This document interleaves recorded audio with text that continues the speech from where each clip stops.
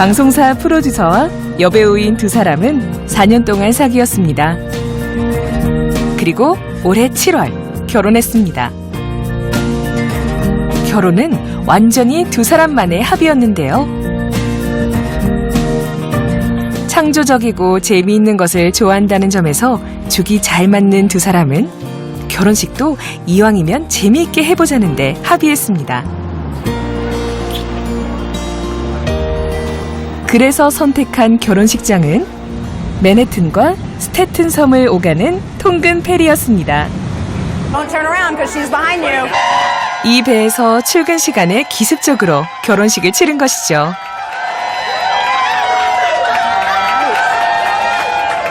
And in a few minutes, you will enter into a legally and spiritually binding contract between each other. So now it is your turn to make us all cry and tell each other why you have decided to make this choice. So a bride and a groom walk onto a ferry boat.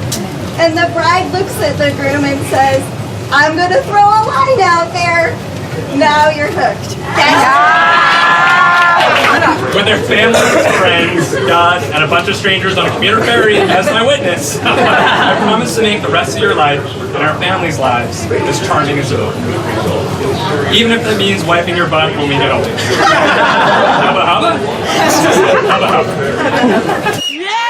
두 사람이 결혼식에 걸린 시간은 15분 정도. 하객들은 양가 부모와 친한 친구들, 그리고 출근하는 시민들이었습니다. So we were going to get married on a park, but like if it rained, it wouldn't work, and it's sort of boring. So we thought of a boat, and then someone said the Staten Island Ferry, which is a commuter ferry, or like 1,500 people can fit on it. There are all these commuters on the ferry, and they're all just saying like, congratulations, oh, we're so happy for you, you know. My favorite moment of the whole day was on the subway. We took the subway to get to the party. 이들의 피로 연장은 지하철역이었습니다. 피로 연장인 한 레스토랑으로 이동하는 동안 지하철역과 지하철 안이 축제의 장소가 된 거죠.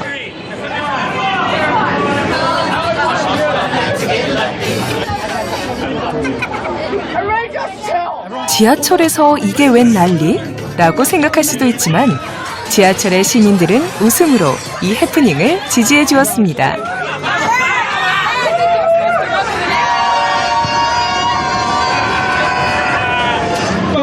이 두 사람은 왜 결혼했을까요? 자유로운 성격 그대로 그냥 동거해도 되는 것을 왜 굳이 시청에 가서 결혼신고까지 한 걸까요?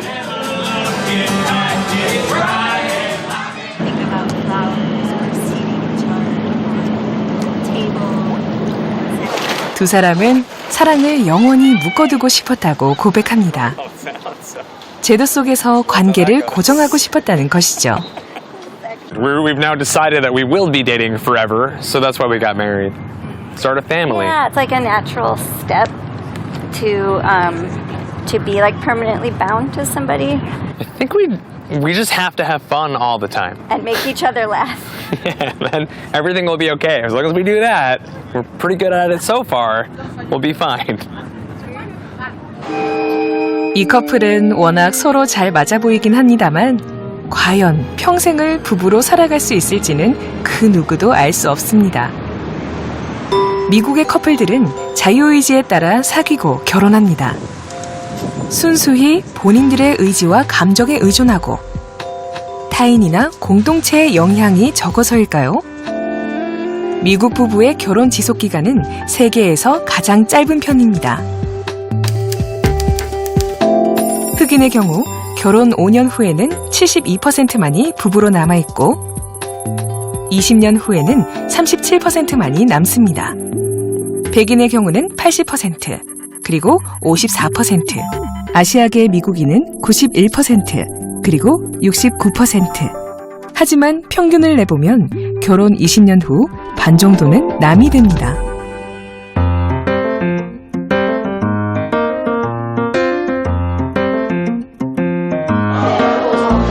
작년 또 한 쌍의 부부가 탄생했습니다.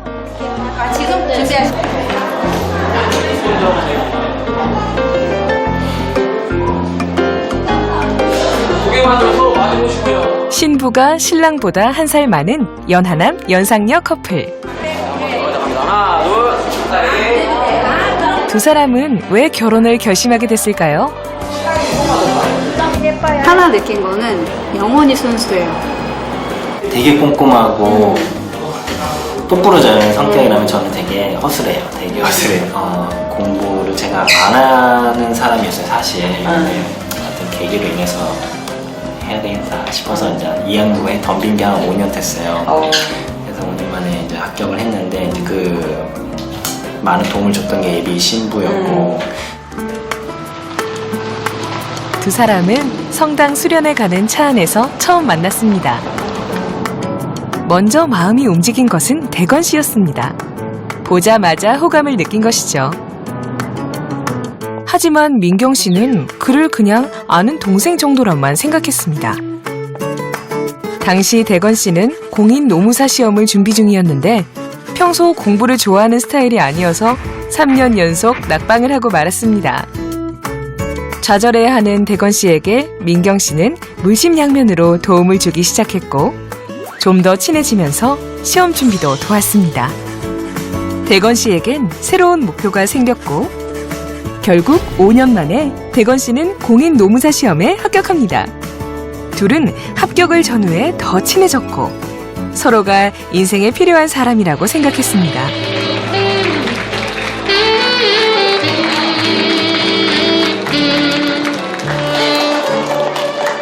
결국 두 사람은 평생을 함께하겠다는 긴 여정에 발을 들여놓게 된 것입니다. 우리의 결혼은 개인만의 결합은 아닙니다. 인도만큼은 아니지만 양가의 부모가 정서적으로 중요한 역할을 합니다. 결정적인 것은 집인데요. 신혼집을 구할 때 부모가 자식에게 얼마가 됐든 도움을 주는 경우가 많습니다. 잘 살겠습니다. 내비께 인사. 민경 씨 부부도 자신들이 번 돈에 대출을 얹고 부모님의 도움을 얻어 전세 아파트를 구했습니다.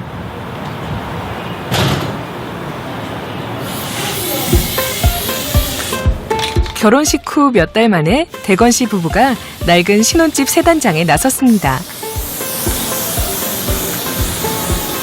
그런데 새 신랑 칠 실력이 좀...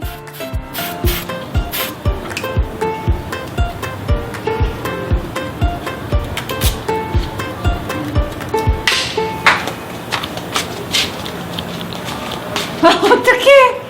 이 색깔이야? 아니 이거가 이렇게 평평하게 안 되네? 어떡해! 시트지를 사서 붙여야 될 것 같아. 내가 뿌릴 거 그랬나 보다. 아니야, 자기가 해서 똑같았어. 집 세단장이 시작됩니다. 야, 여기 문에다가 테이프를 붙여놓으면은 그 테이프 무늬가 나잖아. 아, 이거 전체 칠할 거야? 여기 안쪽만 칠하는 게 아니라? 아니지. 여기다가 붙이면 이게 테이프 자국이 나는데. 알았으면. 일을 몇 번씩 하게 만들어. 아, 진짜. 잠깐만. 아, 이거 안 좋다, 이거 테이프가. 오 마이 갓. 엄청난 구박을 해대던 민경 씨가 테이프를 붙였는데 별로 달라진 것도 없습니다. 대건 씨는 기가 막힙니다. 더 가까이 하는 거니까. 아이, 야야. 나도 봐. 가까이 대고, 가까이. 아니, 잠깐 있어봐. 아니, 가까이 대고, 이게 달아있잖아, 지금. 잠깐 있어봐. 야, 그렇게 하면 자국이 났잖아. 저 동그란 거. 그거 없어야지. 그냥 뿌리가 보면 없어져. 아니, 그런 게 너무 많이 맺히잖아. 가까이서 하면은. 그래, 알았어. 이게 뭐야. 멀리 커플을. 나도 멀리 타고 싶은데.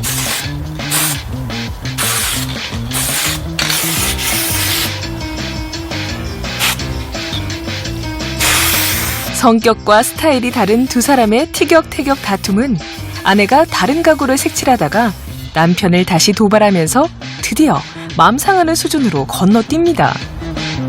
이걸로 문을 칠했으면 이쁘겠다. 처음에 이게 무슨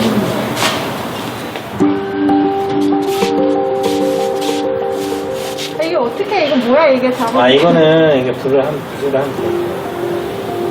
마무리 못한 얼룩들이 마치 별 뜻 없이 다투다가 생긴 마음의 생채기 같습니다.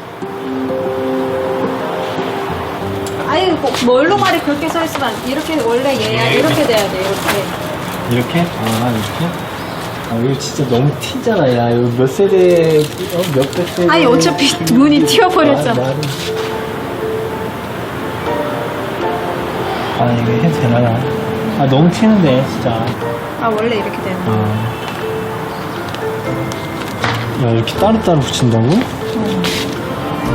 결국 얼룩덜룩했던 문은 민경 씨의 아이디어로 대충 봉합이 됩니다. 이거 실수하면 안 된다. 큰일 났네.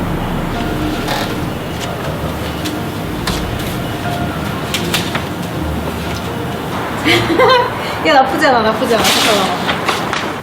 이제 결혼한 지 5개월째. 서로 다른 환경에서 자라고 서로 다른 성격을 가진 두 사람이 같이 산다는 것이 결코 쉽지 않은 일이라는 것을 깨닫고 있습니다.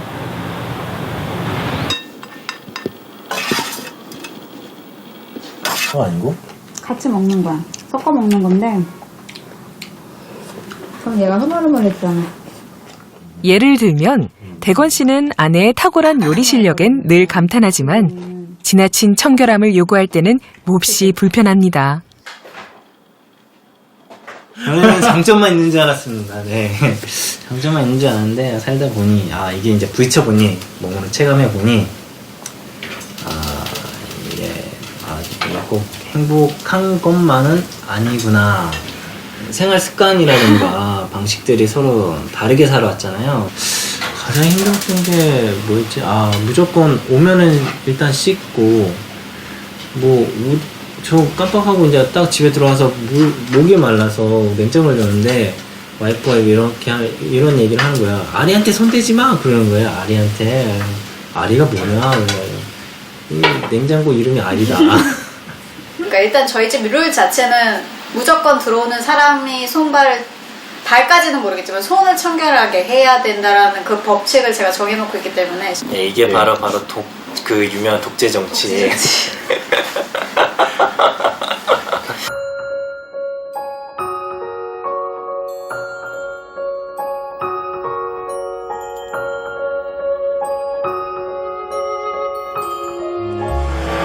몇 달 후 부부관계를 뒤흔들 대사건이 다가왔습니다. 머리가 보여요. 네, 들어갈 수 없고 머리 보이고 이제 거의 다 마무리돼서 이제 의사 선생님 이제 들어올 거예요. 이제 뭐 머리 보이면 다 됐지. 가족 분만실에 남편과 함께 들어가 진통을 한 지 꼬박 9시간 만에 민경 씨는 건강한 여자아이를 낳았습니다. 자, 아가 꼭 안아줄게요. 양손. 저쪽 손도 가져와서. 꼭 안아요.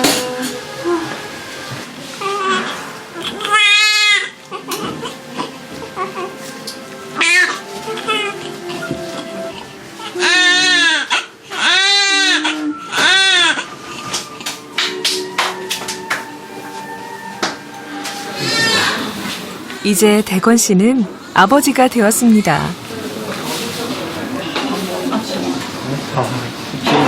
기분 이상한데? 기분 이상하지? 왜 실감도 안 날 거다. 아유, 지 엄마 닮아서 목소리도 까랑까랑. 네, 손이 길어요. 길어? 네, 손도 길고 코도 이쁘고. 콧만 이쁘냐? 다 이쁘고. 뭐라고요? 다 이쁘대요. 다 이쁘고. 부부가 만들어낸 합작품 새로운 생명이 인큐베이터에 담겨 처음 세상에 나왔습니다. 코가 날 닮았어요. 코가 널 닮았어? 이쁜 거리가 저 닮았대. 둘이 서로. 아이고, 눈 떴다. 다음 날 대건 씨는 퇴근하자마자 아내가 있는 산후조리원으로 갑니다. 어서 와요, 애기 아빠. 대건 씨는 아직 아빠가 된 감격에서 벗어나지 못하고 있습니다. 서로 이름을 부르다가 이제는 소리 아빠, 소리 엄마라는 그게 하나가 더 생겨서 지금은 조금 더 좋고 본인도 좀 더 책임감이 더 생긴 것 같고. 이제 아빠가 된 게 참 믿어지기가 않습니다, 사실. 내가 아빠를. 날 닮은 누군가가 있다는 게 참 신기하고.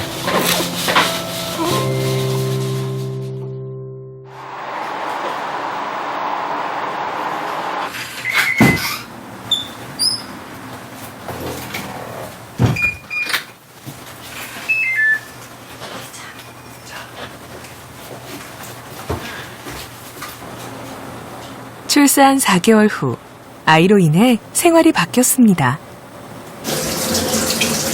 아이가 잘 때는 두 사람의 대화는 아주 작아지거나 중단됩니다. 일단 아이가 깨지 않게 해야 하니까요. 놀러 가고 싶어도 사실 이번 여름 때도 하나도 못 갔어요. 아이를 친정에 맡기진 않는 이상 셋이서 뭔가 문화생활을 즐겨보는 없던 것 같아요. 가까운 호프집이라던가 가서 맥주 한잔을 할 텐데 그것도 사실 쉽지도 않고. 이제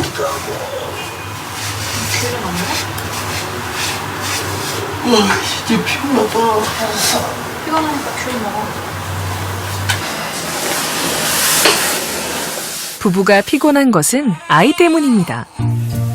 아이는 잘 자는 편인데도 잠을 깰 때마다 돌본다는 것은 힘든 일이기 때문입니다.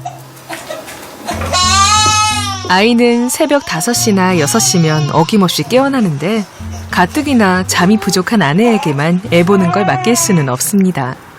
남편도 같이 깨서 도와줘야죠. 그래서 둘 다 만성 수면 부족이 됐습니다.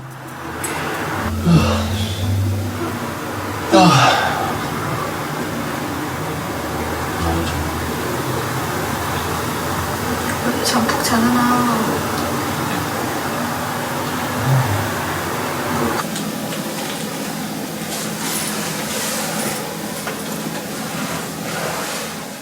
절대적으로 수면 시간이 부족한 아내는 틈만 나면 조금이라도 자려고 하기 때문에 남편은 혼자 밥 차려 먹고 대충 치우고 출근하는 날이 많습니다.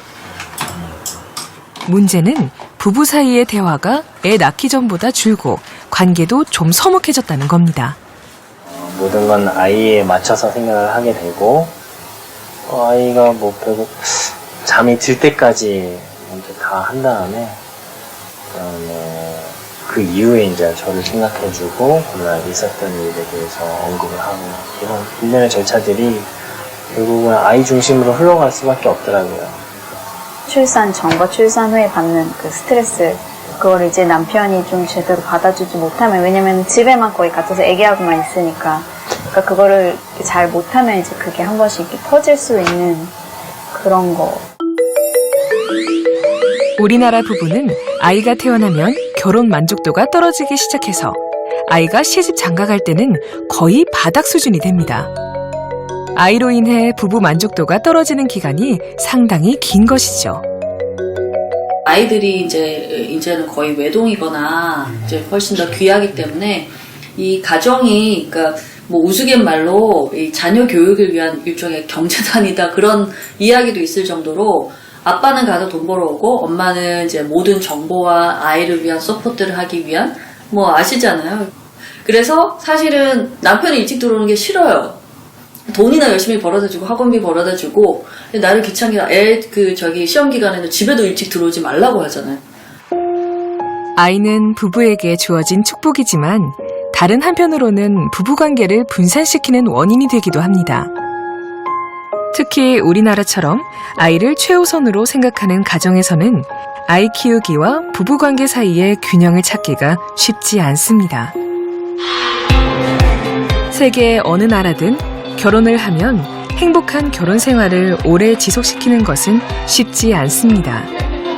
결혼은 가족 간의 결합이며 공동체가 중시되는 인도에서는 부부간에 문제가 생길 경우 가족 공동체가 나서서 위기를 관리해 주었습니다. 하지만 세계화와 산업화의 영향으로 공동체의 위기관리 능력은 떨어지고 있습니다. 개인 간의 결합이라는 측면이 강한 미국인의 결혼 생활은 자유로운 만큼 깨지기도 쉽습니다. 처음 결혼해서 20년간 부부로 사는 사람들은 전체 인구의 절반 정도에 불과합니다.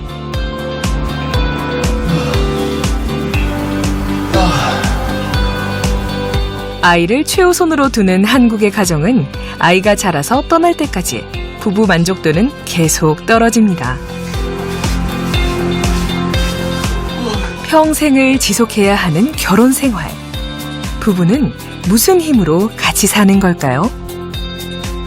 부부가 같이 사는 이유는 무엇이 되어야 할까요?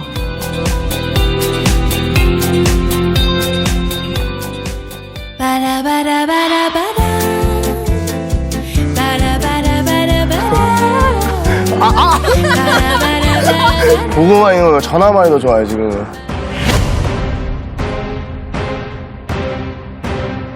한번 해줘. 빨리를 개던지.